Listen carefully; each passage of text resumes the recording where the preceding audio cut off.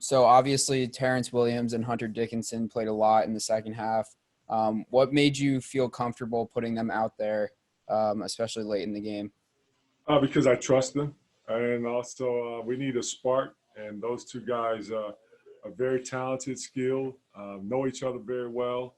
I knew versus the zone that with the two of them playing, one playing at the free throw line and the other one playing on the low block, that we would have some type of continuity where they can work off one another, which they did a very good job of. Give Terrence credit. He looked very poised as he was catching the ball at the free throw line, making some really good plays and passes to Hunter, and Hunter did a great job of finishing. Have you got Ken? Hi, Coach. In addition to his scoring down low, Hunter also had some great passes. Can you talk about his passing ability and how that helps to diversify your offense? Yes, he has a high IQ. He sees plays before it happens. We joked about it while doing the recruitment, but I always talked about, the way how he sees plays and please, guys, when I say this, don't run with it and say I'm calling him a 0.5, but, he has a very good knack of finding open man and being very patient when the ball is in his hands as well. Justin Rose? Coach, you always learn something from your team, win or lose. What'd you learn from your guys today?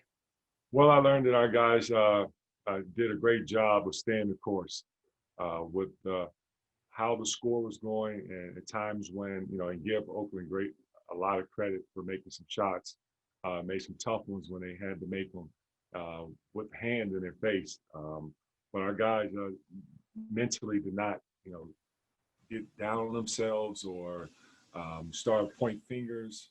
They trust the process and stay with it.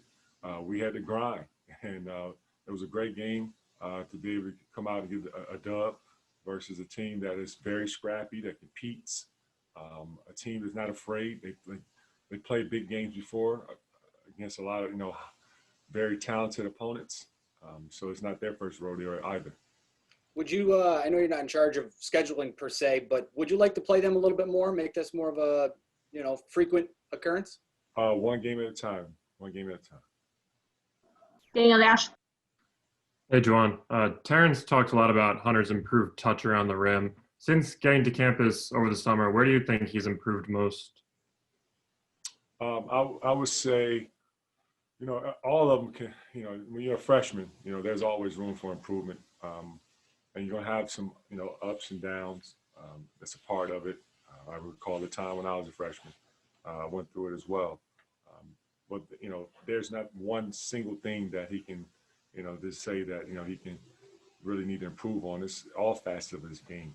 And he's the type of guy that is hungry, wants more information, thrives and loves the idea of working with a coach like myself who has played a similar position as him and, played at the highest level. There are times when just the two of us, when during NCAA rules, when we're allowed to, we get work in individually together, one-on-one.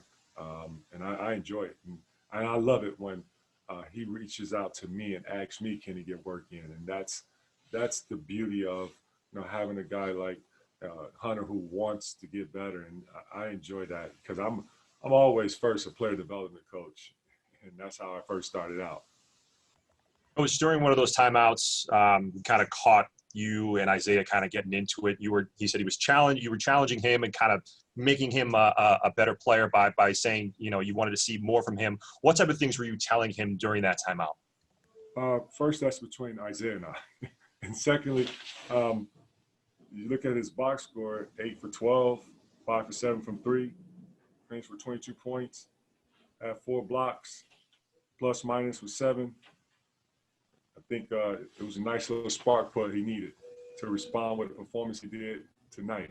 So it's great, man, that I get an opportunity to help empower young men to go out there and be the best version of themselves. And Isaiah rose to the occasion.